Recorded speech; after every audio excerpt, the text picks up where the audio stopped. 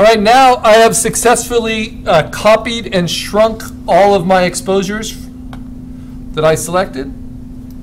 Now I'm going to open up Photoshop, but not open up a single photo.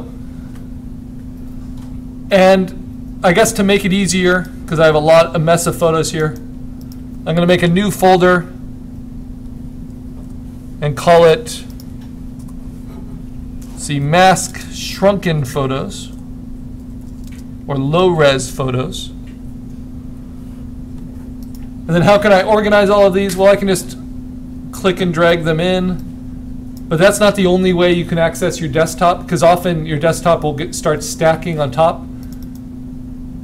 So you can enter something, enter any folder and then select the desktop and view it this way. And if I want to view it by kind, I can. I can arrange by kind, and then it will separate out all the JPEGs here. And then I can just select them all that way. You can press the first one and then scroll all the way down. Control A. Yeah, there's a few ways. You can hold down Shift and it will select between multiples too, or it used to. Actually, yeah, Shift has changed in its key structure. So by making batch, you can draw a big box around them. You can select one and then go to the very end. Select it and hit Command A. Except Command A will select everything. No, you're supposed to click the first one, scroll the way down, hold down Shift, and then click the last one. All right. Yeah. Okay, so you're holding down Shift while you're scrolling. So that's how. You don't have to just hold Shift in while you're scrolling. You just have to make sure you have Shift in while you click the very last one. Oh, okay. Yeah, that's how Shift's supposed to work. Yeah, and it used to work that way. What are you trying to do? Just link the selection. Oh, yeah, that's how you do it. But yeah, I haven't been able to get it to work with the last few versions, operating systems. Too quickly, you'll lose it. So however you want to select multiples. And you know, I'm kind of silly. I like icon view, but of course you can list view as well. It's all about organization, right? There we go. The Shift worked. The list view. Okay, it doesn't work with icons. That's why it doesn't work for me too. All right, so now I have all of these, and so now I can just move those all into this folder. Voila. But the important thing is you have all of your photos in one folder, and now you know that they're all shrunken. So what can I do with these now? Well, just like we used Photoshop to merge our panoramics together, we're going to use Photoshop by going to File, Automate, Photo Merge to collage together similar images. So we want to click collage and we want to uncheck blend images because we want the photos kept whole, like we just got them from Walmart and now we're piecing them together. And this is like getting a puzzle, pouring it out of the box, and the first thing you do is you try to arrange the colors together into piles that are similar. So I browse, I go to that folder of shrunken photos, and honestly, to do more than 50 is really taxing to Photoshop, even if they're small. So I'm going to do this first batch up to number 504. And then hit OK. Blend is unchecked, collage is checked. All this will do is it will rotate the images and change their size, but it won't delete anything. And what it's looking for is similarity between shots, and it will overlap them where they match. And because I shrunk the photos, even though we're using a lot more than we used for the panoramic, it will go a little bit faster. Okay, I'm going to pause it here, so we're not just watching the computer work. Oh, but maybe it did it. Hey, excellent. So this is what I love about Photoshop. This is a very creative way to use a tool that's meant for panoramics, but I just got it to sort my photos for me by similarity, right? but they're each individual photos on individual layers.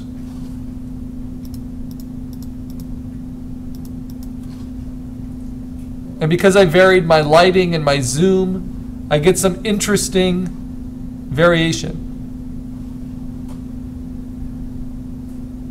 And then ones that it couldn't match up, it just puts off on it on their own. But even the ones that it couldn't match up, it will organize them based on the pixel content, like based on color, based on texture. With a mask like this, there's a lot of the same color and texture. Okay, so that's set one. So I'm going to save this as an assets file. So assets one masks. And it wants to save it as a large document format because it's almost 700 megabytes. And that's fine. A PSB is just Photoshop's large format. I could also force it to save it as a TIFF, and that might be better. And then always LZW. But I'm going to come back to this. So I went up to image 504. Now I want to do it for the next group. Automate photo merge. Because if I tried to do all 140 at once, it would just get overwhelmed and give me an error message.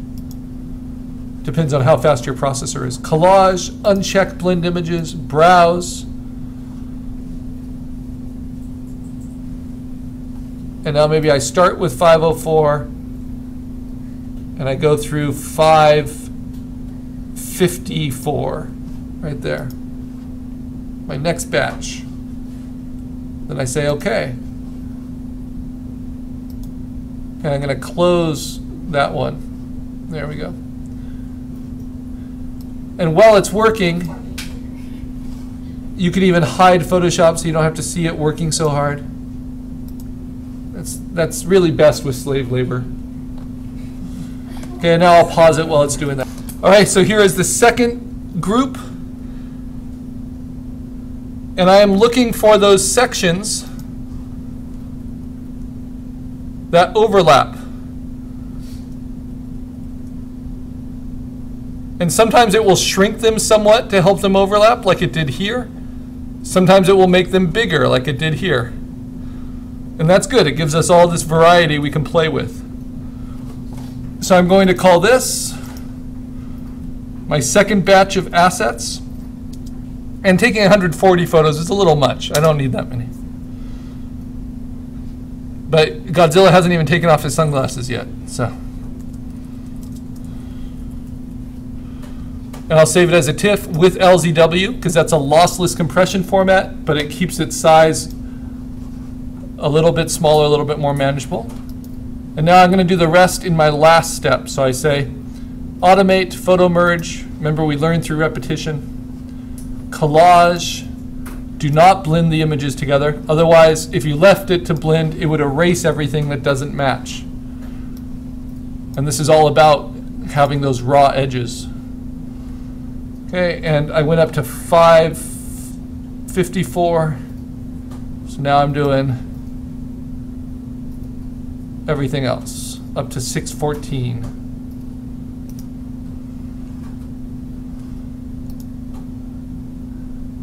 And I'll close the original one so that doesn't slow down the memory. I'll pause it. Okay, this is my third and final set of assets. And these are a lot of little textured details. And all these single ones are not useless to me. But they're not what I'm going to start with. But these kind of connections with different exposures, kind of connecting different things together, having kind of awkward transitions, that's what I'm looking for. Just simple overlays. It can add a lot of character. So when you're shooting for these exposures, if you're getting more, and if you don't have enough of this overlap, you want to get more exposures, and you want to really play with your zooming, your angle, your point of view, your proximity, just to get variation, and little differences in your lighting as well. All right, so I'll save this as my assets 3. And you can see that if I kept these all at full resolution, this would be really slow and hard to deal with.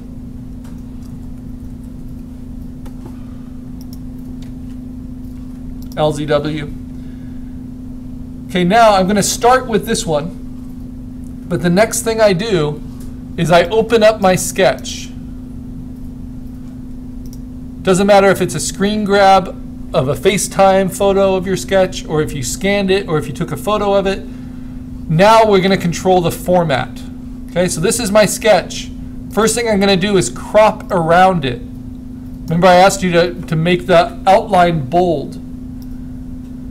And now the actual format of this finished project is not just your photos, it's also the empty white space around your photos.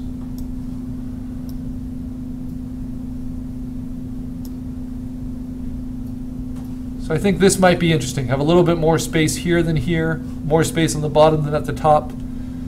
I'm kind of lining up with the third lines at that corner. So let's say that that's my format now. And then you want to save that as a JPEG. And call it with your name. This is assignment 6. And this is your sketch to the desktop. Okay. Now the problem is, if we go to image size, this is not big enough resolution for printing our project. So now we're going to make the digital format of this match by increasing the resolution to being at least 11 inches wide at a resolution of at least 350. Remember to have resample on. So now it was less than a megabyte, now it's 61 megabytes. But that's the resolution we need to make this print quality. Right. Now I say at least 11 because the picture we're going to be framing it with is 11 by 14. That's the pre-cut matte opening. But we could go as large as 12 by 18 if we want to. And 350 resolution allows us to change its size at the end and still have really high quality. Okay, so I say OK. And it's going to make this look really blurry, but it doesn't matter because this is just my guiding sketch. And that's my background layer. Now I'm going to say File, Open Recent, and I'm going to open my other assets. Find those. Huh, where'd they go?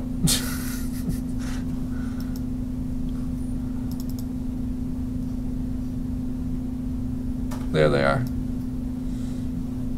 Let's bring these out.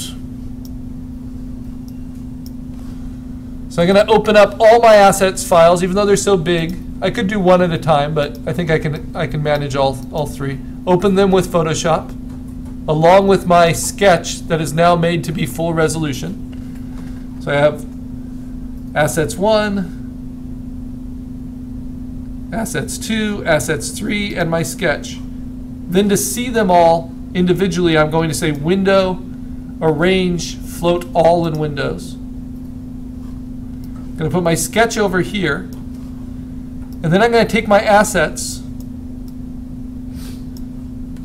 and I'm going to use the Move tool, which is set with a check mark to auto-select layer, and I'm going to draw a little box around these groups of photos that I want, and I'm going to drag and drop them over onto my sketch. And you'll see what happens. Yeah, my computer's working a little hard. Maybe I'll do one asset at a time. But this is how we're going to organize it, and we're going to start bringing everything to here. Okay, so now it brought over all those different layers. That's 1, 2, 3, 4, 5, 6, 7 exposures that are making this up. And they're all individual photos, but because I have them all selected, because I brought them over that way, I can just hit Command T, and I can transform them all together. Make sure you hold down Shift, and I can rotate them, and I can place them within my sketch. So maybe that's a good start. And now if I want to keep them all together, at least for the time being,